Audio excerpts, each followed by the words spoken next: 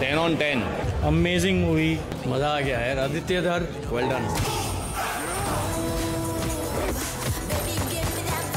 আজকের ঘটনা কি? আজকের ঘটনা তো চাচা পুরাই ধামাকাদার হতে চলেছে, কারণ আজকের ভিডিওতে আমি আপনাদের সাথে শেয়ার করব মেগাস্টার শাকিব খানের প্রিন্স সিনেমার কিছু ইন্টারেস্টিং আপডেট। সাথে প্রবাসের কালকি 2-তে দীপিকা পাদুকোনের রিপ্লেসমেন্টে কাকে নেওয়া হয়েছে সেটাও জানাবো। অন্যদিকে এবছরের বহুল আলোচিত সিনেমা রণবীর সিং এর ধুরন্ধর সিনেমাটা কেমন ছিল, এই সিনেমার পজিটিভ পয়েন্ট, নেগেটিভ পয়েন্ট সবকিছু নিয়ে কথা বলবো। আর ভাই আপনাদেরকে বলতেছি, অনেক কিপটামি হয়েছে, এবার কিপটামি বাদ দিয়ে ভিডিওতে লাইক আর চ্যানেলটা সাবস্ক্রাইব করেন। হ্যাঁ ভাই ঠিক আছে, আশা করছি করে দিয়েছেন। তাহলে চলুন এবার ভিডিও শুরু করি।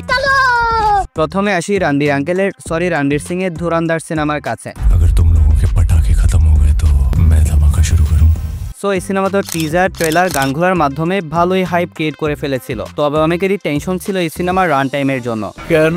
কারণ চাচা এই সিনেমার রান টাইম হচ্ছে 3 ঘন্টা 32 মিনিট, যেটা বেশ লম্বা একটা সময়। আর এত লম্বা সময় পর্যন্ত অডিয়েন্সকে স্ক্রিনে হুক করে রাখা যে কোনো ডিরেক্টরের জন্য বড় একটা চ্যালেঞ্জ। কিন্তু ডিরেক্টর আদিত্য ধর এই সিনেমার স্ক্রিন প্লে এমনভাবে সাজিয়েছেন যে আপনি সিনেমাটা দেখার সময় স্ক্রিন থেকে চোখ সরাতে পারবেন না। তাই তো গল্প নিয়ে যদি একদম ছোট করে কিছু বলি, তাহলে এই সিনেমার গল্পটা হচ্ছে একটা স্পাই মিশনকে নিয়ে। যেখানে রণবীর সিং অর্থাৎ হামজাকে আমরা দেখতে পাই, সে একটা মিশনের জন্য পাকিস্তানের করাচিতে যায় এবং সেখানকার একটা গ্যাংয়ের গুরুত্বপূর্ণ সদস্য হয়ে ওঠে। এরপর কি কি হয় এই সমস্ত বিষয়গুলো জানতে হলে অবশ্যই আপনাকে সিনেমাটা দেখে নিতে হবে। আমি এ বিষয়ে বিস্তারিত বলছি না, কেন? কারণ আমার মুড নাই। আর একটা ইম্পর্টেন্ট কথা হচ্ছে, এই সিনেমার ফার্স্ট হাফ এত বেশি ব্রুটালিটি দিয়ে ডিজাইন করা হয়েছে যে এই সিনেমা দেখার পর ইন্ডিয়ার মোস্ট ভায়োলেন্ট সিনেমা মার্কো, কিল এবং অ্যানিমেলকে আপনার বাচ্চা বলে মনে হবে। মানে ভাই সিনেমাটার মধ্যে ব্রুটালিটির লিমিটেশন পার করে ফেলেছে। এই সিনেমার ব্রুটাল অ্যাকশন সিন একদম রিয়েলিস্টিক ভাবে ডিজাইন করা হয়েছে, যা একদম চোখ ধাঁধানো ছিল। আপনি যদি অ্যাকশন, ভায়োলেন্স আর ব্রুটাল টাইপের সিনেমাগুলো পছন্দ করেন তাহলে অবশ্যই এই সিনেমাটা দেখতে পারেন। আর ডিরেক্টর আদিত্য ধর সিনেমাটা লম্বা হবার কারণে এখানে একটা দারুণ টেকনিক ফলো করেছে, আর তা হচ্ছে এই সিনেমায় থাকা প্রত্যেকটা ক্যারেক্টারকে চ্যাপ্টার ওয়াইজ প্রেজেন্ট করেছে। যেমন অক্ষয় খান্না, আরমান খান, সঞ্জয় দত্ত, সবার ঘটনাগুলোকে আলাদা আলাদাভাবে প্রেজেন্ট করা হয়েছে এবং শেষের দিকে গিয়ে সবার ঘটনাকে একসাথে জুড়ে দেওয়া হয়েছে, যার কারণে অডিয়েন্সের মাইন্ড প্রত্যেকটা চ্যাপ্টারকে এনজয় করেছে এবং সিনেমাটা দেখার সময় বোরিং ফিল করে নাই। এটা দেখার পর বুঝতে পারলাম আসলে ডিরেক্টর আমার মধ্যে বুদ্ধিমান। তো যাই হোক, সিনেমায় থাকা প্রত্যেকটা চ্যাপ্টার অথবা প্রত্যেকটা ক্যারেক্টারের মধ্যে সবচেয়ে বেশি প্রশংসিত হচ্ছে অক্ষয় খান্না এবং সঞ্জয় দত্তের পারফরমেন্স। বিশেষ করে অক্ষয় খান্নাকে যেভাবে ব্রুটাল পারসন হিসেবে প্রেজেন্ট করা হয়েছে তা দেখে সত্যি অবাক হয়েছি। মানে ভাই সিনেমাটার মধ্যে ওনার স্ক্রিন প্রেজেন্স ছিল জাস্ট অন্য লেভেলের। रहमान डकैत की दी हुई मौत बड़ी कसाईनुमा होती है। অন্যদিকে সঞ্জয় দত্ত ওনার চ্যাপ্টারের যে রাইটিং ভাই, এটা পুরোই অসাধারণ। সিরিয়াস সিচুয়েশনের মধ্যেও সঞ্জয় দত্তের মাধ্যমে যে কমেডিটা বের করে আনা হয়েছে তা দেখে সত্যি আপনি মজা পাবেন। অন্যদিকে রণবীর সিং, আরমান খান, অর্জুন রামপাল সবাই খুবই অসাধারণ পারফরমেন্স দিয়েছে সিনেমাটার মধ্যে এবং ডিরেক্টর এখানে সবাইকে পারফেক্ট ভাবে প্রেজেন্ট করার পাশাপাশি ভালো একটা স্ক্রিন টাইম দিয়েছে। বাকি সিনেমাটার বিজিএম, ডায়লগ রাইটিং সবকিছু অনেক বেশি এন্টারটেইনিং ছিল। এখনো সিনেমাটা এইচডিতে আসে নাই, তবে যখন এইচডিতে আসবে তখন এই সিনেমা দেখলে আপনি আরো ডাবল মজা পাবেন। এখন আসি এই সিনেমার নেগেটিভ পয়েন্ট গুলার কাছে। সিনেমাটার ফার্স্ট হাফ অর্থাৎ 2 ঘন্টা পরে আরো বাকি থাকে 1.5 ঘন্টা, যেটা অনেকের কাছে লম্বা সময় মনে হতে পারে, আবার অনেকেই এই জায়গাতে বোরিং ফিল করতে পারেন। যদিও আমার কাছে এমন কিছু মনে হয় নাই, তবে অনেকের মনে হতে পারে আর কি। এরপর রয়েছে সিনেমার নায়িকা, তিনি অত্যন্ত সুন্দর, তাকে চাইলে আমি আমার ক্রাশ বলতে পারতাম, কিন্তু আমার অলরেডি অনেক ক্রাশ আছে তো তাই বলছি না আর কি। তবে একটা সত্যি কথা বলি, নায়িকাটা কিন্তু জোস। কথা কি ক্লিয়ার না ভেজাল আছে? তো যাই হোক, যা বলছিলাম, এই সিনেমার নায়িকা কেন জানি এই সিনেমার সাথে যাচ্ছে না। মানে রণবীর সিং এর সাথে ওনার কেমিস্ট্রিটা কেন জানি জমছিল না। মানে ভাই আপনিই বলেন, এত কিউট একটা নায়িকাকে যদি এরকম একটা অ্যাকশন ব্রুটাল সিনেমার মধ্যে কাস্ট করা হয় তাহলে কি ব্যাপারটা জমবে? তো এরপর শেষের দিকে যে ক্লাইম্যাক্স সিনটা রয়েছে এটাকেও কেন জানি একটু লম্বা করা হয়েছে। তো ওভারঅল সবকিছু মিলে ধুরন্ধর অসাধারণ একটা সিনেমা, দারুণ এন্টারটেইনিং একটা সিনেমা।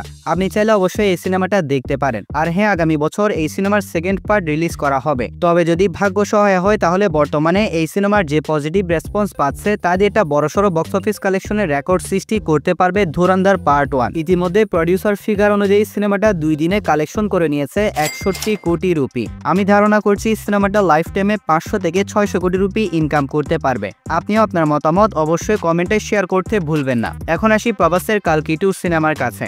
আমি আমার আমার আগের একটা ভিডিওর মধ্যেও বলেছিলাম প্রভাসের কালকি 2 সিনেমা থেকে বাদ করে দেওয়া হয়েছে দীপিকা পাদুকোনকে, কারণ তিনি এমন কিছু ডিমান্ড করে বসেছিলেন যা প্রডিউসাররা ওনাকে দেয় নাই। তবে কয়েকদিন ধরে গুঞ্জন শোনা যাচ্ছে দীপিকা পাদুকোনের পরিবর্তে কালকি 2-তে কাস্ট করা হতে পারে প্রিয়াঙ্কা চোপড়াকে। তবে এটাও সত্যি যে এই সিনেমায় যদি সত্যি প্রিয়াঙ্কা চোপড়াকে কাস্ট করা হয় তাহলে কিন্তু ব্যাপারটা জমে যাবে, কিন্তু আমার মনে হচ্ছে ওনাকে হয়তো শেষ পর্যন্ত এই সিনেমায় কাস্ট করা হবে না, কারণ প্রিয়াঙ্কা চোপড়া প্রত্যেকটা সিনেমার জন্য চার্জ করে থাকে 30 কোটি রুপি করে। তাই এই উচ্চমানের পারিশ্রমিকের জন্য হয়তো শেষমেশ প্রিয়াঙ্কা চোপড়ার সাথে ব্যাটে বলে মিলবে না। আর আরো একটা নিউজ জানতে পারলাম, এই সিনেমার ডিরেক্টর নাগ আশফিন এবং মেকার্সরা নাকি এই সিনেমার সুমতি চরিত্রটার জন্য, অর্থাৎ দীপিকা পাদুকোনের যে চরিত্রটা ছিল ওই চরিত্রটার জন্য অনুষ্কা শেট্টি, সাই পল্লবী এবং আলিয়া ভাটকে চিন্তা করছে। আর এই তিনজনের মধ্য থেকে একজনকে আমরা ভবিষ্যতে কালকি পার্ট 2 এই সিনেমার মধ্যে সুমতি চরিত্রে দেখতে পারবো। দেখা যাক শেষ পর্যন্ত কাকে কাস্ট করা হয়। এখন আসি মেগাস্টার শাকিব খানের আপকামিং প্রিন্স সিনেমার কাছে। তো প্রিন্স সিনেমার প্রি প্রোডাকশনের কাজ প্রায় শেষ হয়ে গিয়েছে। বর্তমানে সিনেমার ডিরেক্টর আবু হায়াত মাহমুদ এবং টিমের বাকি কয়েকজন সদস্য ভারতের রামোজি ফিল্ম সিটি প্রদর্শন করছেন। সবকিছু ঠিক থাকলে 15 অথবা 16 তারিখে প্রিন্স সিনেমার ক্যামেরা ওপেন হবে ভারতের রামোজি ফিল্ম সিটিতে।